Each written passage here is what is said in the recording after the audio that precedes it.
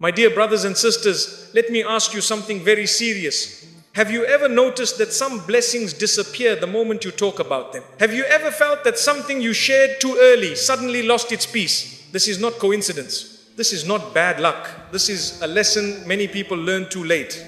Allah, in His wisdom, sometimes protects you by keeping things hidden. But when you expose what Allah intended to cover, you weaken that protection. Not everyone who listens wants good for you. Not every smile carries sincerity. And not every conversation is safe. Today, I want to warn you about 5 things that should never leave your heart or your tongue. Because silence in these moments is not fear, it is faith, wisdom, and protection. 1. Never share the moment Allah is transforming you. My dear brothers and sisters, there is a very delicate and sacred stage in life that many people do not recognize until they look back and realize what Allah was doing all along. It is the phase when Allah is changing you quietly, without announcements, without noise, without validation from people. Your mindset begins to shift in ways you cannot fully explain. Things that once excited you no longer move your heart. Sins that once felt normal start to feel heavy. Your heart softens, your conscience awakens, and your priorities slowly realign toward what truly matters. You feel drawn closer to Allah, yet you may also feel confused, isolated, or misunderstood. You are no longer comfortable being who you used to be, but you are not yet settled into the person Allah is shaping you to become. This in-between stage is extremely fragile. And this, my brothers and sisters, is the most dangerous time to start explaining yourself to people. Why? Because most people only know the version of you that benefited them, the version that fit into their expectations, the version that was predictable. When you begin to change, they may not understand it. Some will question your intentions, some will mock your transformation, some will say you've changed as if growth is a crime. Others may remind you of your past mistakes to keep you tied to an identity Allah is already removing from you. Not because they are evil, but because change makes people uncomfortable, especially when it reminds them of their own stagnation. Spiritual growth, my brothers and sisters, is like a seed planted in the soil. In the early stages, it needs darkness, silence, and protection. If you dig it up too early to show others that it is growing, you may damage it. When you expose your transformation before it is firm, you open yourself to unnecessary doubts, opinions, and pressure that can weaken your resolve. That is why Islam teaches us wisdom, not constant explanation. Allah did not ask you to justify your journey to everyone. He asked you to walk it sincerely. There will come a time when your actions speak louder than your explanations. There will come a time when your consistency answers questions without words. Until then, protect this phase. Let Allah complete His work within you. Let Him strengthen your roots before He allows your growth to be visible.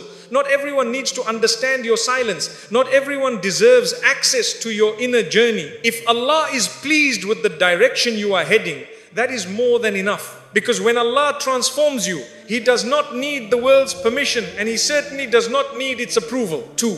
Never share how deeply something hurt you. My dear brothers and sisters, pain is one of the most personal experiences a human being can go through. When something hurts you deeply, it leaves a mark not just on your emotions, but on your heart, your trust, and your sense of safety. Islam does not tell us to deny pain, but it teaches us how to carry it with dignity. One of the biggest mistakes people make is explaining their pain to everyone who asks, replaying the wound again and again through words. Each time you describe how badly you were hurt, you reopen what Allah is trying to heal. When you tell people exactly how much something affected you, you unknowingly expose your most sensitive areas. Some may listen with sympathy, but others may listen with curiosity. Some may feel sorry for you, but others may quietly judge you. And there are those who may store that information not to help you, but to use it against you later in arguments, in moments of anger, or even as silent leverage. Islam teaches us to be wise, not naive. Your vulnerability is not entertainment, and your pain is not a public discussion.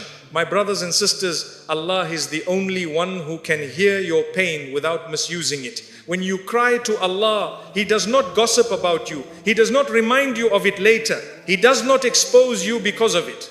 Allah listens, He understands, and He heals. That is why Yaqub alayhi salam said, I only complain of my suffering and my grief to Allah. This is not weakness, this is strength. This is tawakkul. This is knowing where true safety lies. Sharing pain with the wrong people can slow your healing. Instead of moving forward, you become trapped in the story of what happened to you. You begin to define yourself by the wound rather than the wisdom Allah wants to give you through it. Islam teaches us that trials are meant to elevate us, not trap us. Speak when it brings solution, not when it only brings sympathy. Seek advice when it brings clarity, not when it invites judgment. Choose carefully who has access to your pain. If you must speak, speak to someone who fears Allah, someone who will make dua for you instead of discussing you, someone who will guide you closer to Allah instead of keeping you stuck in hurt. And if you feel unsure, return to sujood, return to dua, return to silence, because not every heart deserves to know what broke yours.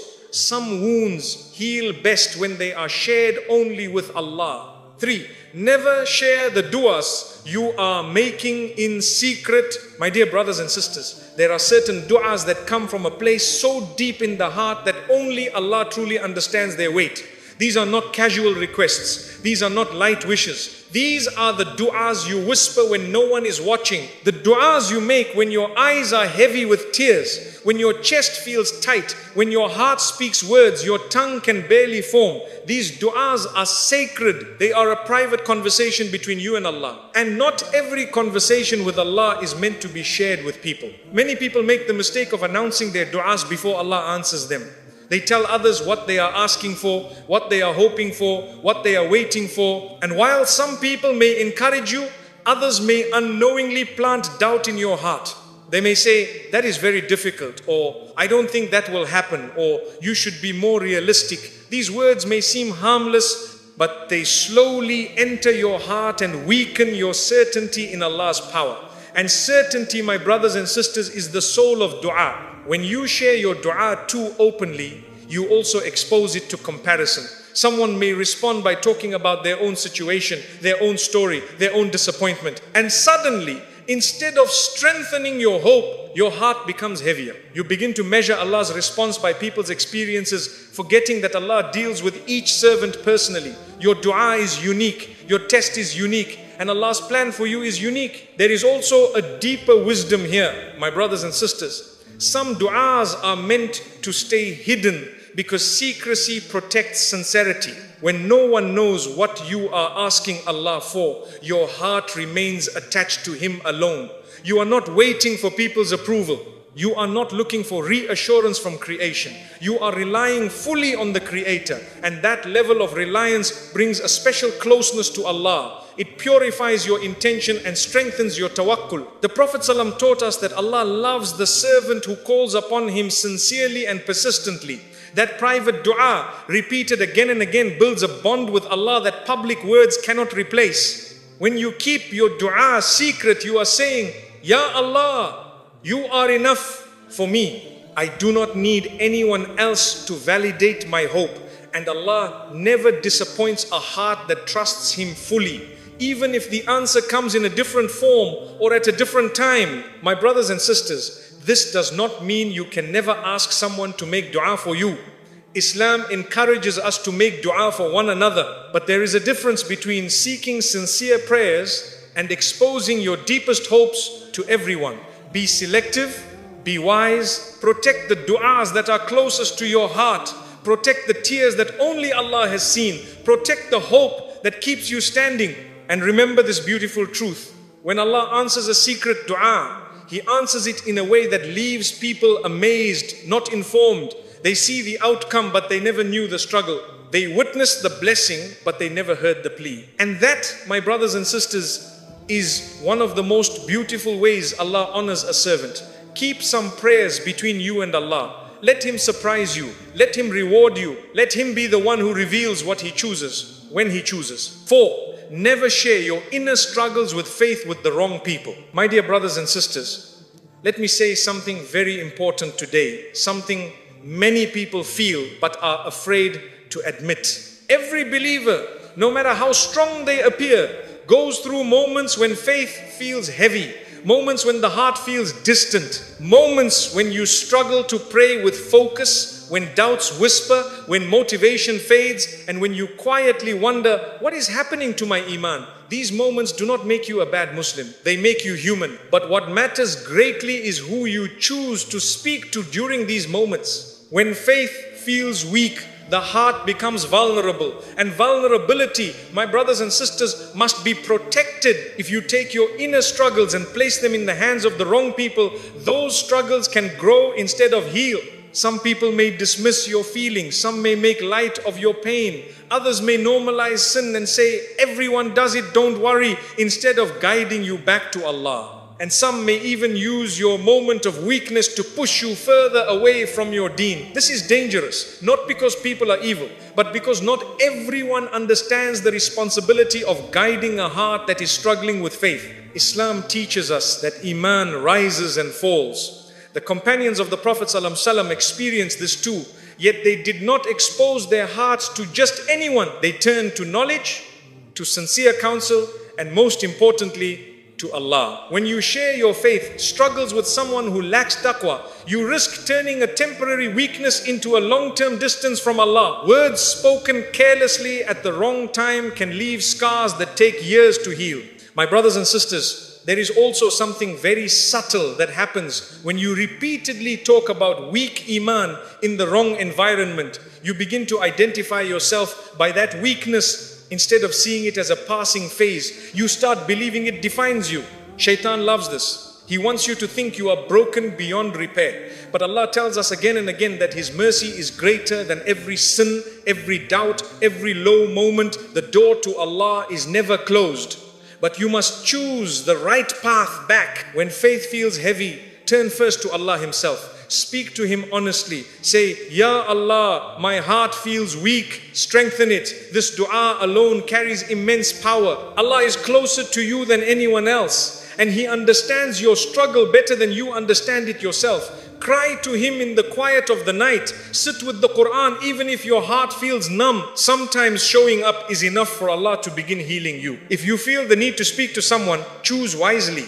Choose someone who fears Allah, someone whose words increase your love for Allah, not your excuses for disobedience. Choose someone who reminds you of hope, not despair. A sincere scholar, a knowledgeable friend, a person of wisdom and compassion. One conversation with the right person can lift a heart that has been drowning for months. My dear brothers and sisters, your iman is precious. It is the most valuable thing you possess in this world. Do not hand it to those who treat it lightly. Do not allow a moment of weakness to become a permanent distance. Protect your faith the way you protect something you cannot afford to lose. Because Allah never abandons a servant who keeps turning back to Him, even with a trembling heart. And remember, struggling with faith in silence while holding on to Allah is far better than speaking carelessly and drifting further away. Lima, never share your next move after Allah gives you clarity. My dear brothers and sisters, there comes a very special moment in life when Allah lifts confusion from your heart and replaces it with clarity.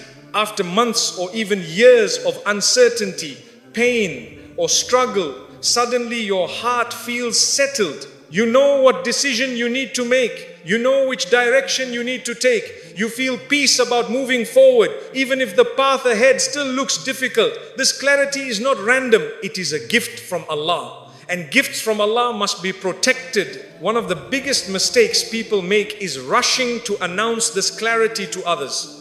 The moment Allah gives you confidence in a decision, you feel an urge to explain it, justify it, and seek approval from people. But my brothers and sisters, clarity can be fragile when exposed too early. When you open your heart to too many opinions, doubts begin to creep in. People will speak from their own fears, not from your reality. They will project their limitations onto your future.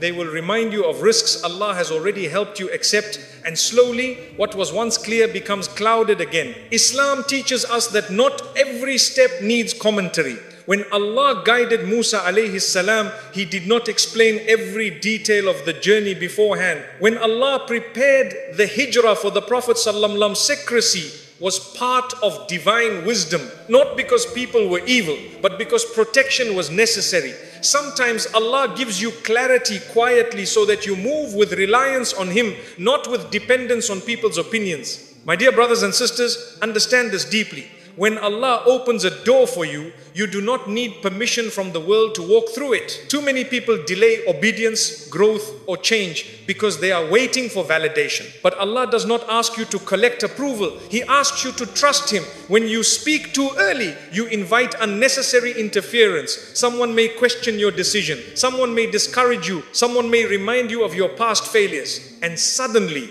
the courage Allah placed in your heart begins to shake. This does not mean you should never seek advice. Islam encourages consultation, but there is a difference between wise consultation and excessive exposure. Seek counsel before clarity, not after it. Once Allah has settled your heart, move forward with humility and trust. Protect that moment, guard it. Let action speak instead of explanation. Let results arrive quietly. The strongest decisions are often the ones made between you and Allah, not the ones debated in public. There is also a spiritual danger in oversharing clarity. Sometimes Allah tests whether you will rely on Him or on people.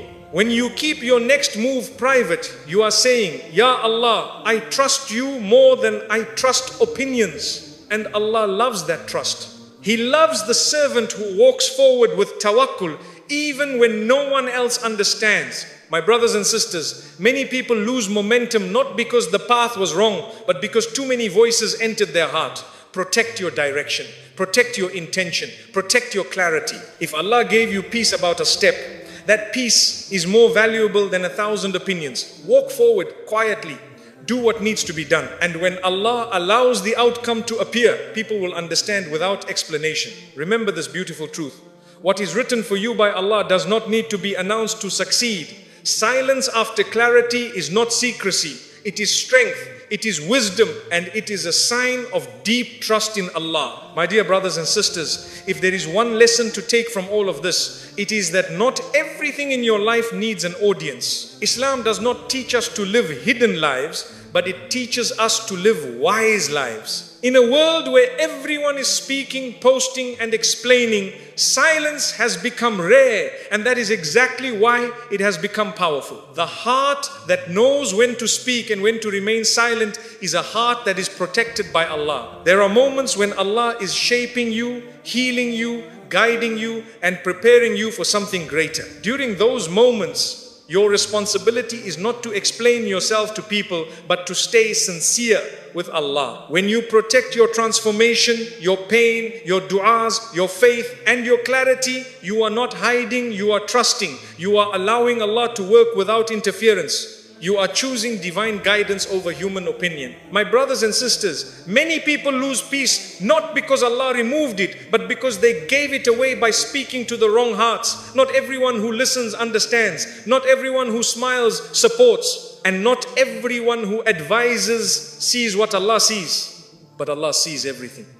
He knows your struggle. He knows your intention. He knows what you are trying to leave behind and what you are trying to become. And He does not need you to justify yourself. Learn to keep some things between you and Allah. Let your growth mature in silence. Let your healing happen privately. Let your dua rise without noise. Let your faith strengthen without debate. And when Allah opens a door for you, walk through it quietly with humility and trust. Because when Allah brings something into your life, He does not need the world's permission to sustain it. May Allah grant us wisdom in our speech, restraint in our silence, sincerity in our intentions, and peace in our hearts. May He protect us from oversharing, from unnecessary exposure, and from voices that weaken our trust in Him. And may He make us among those who speak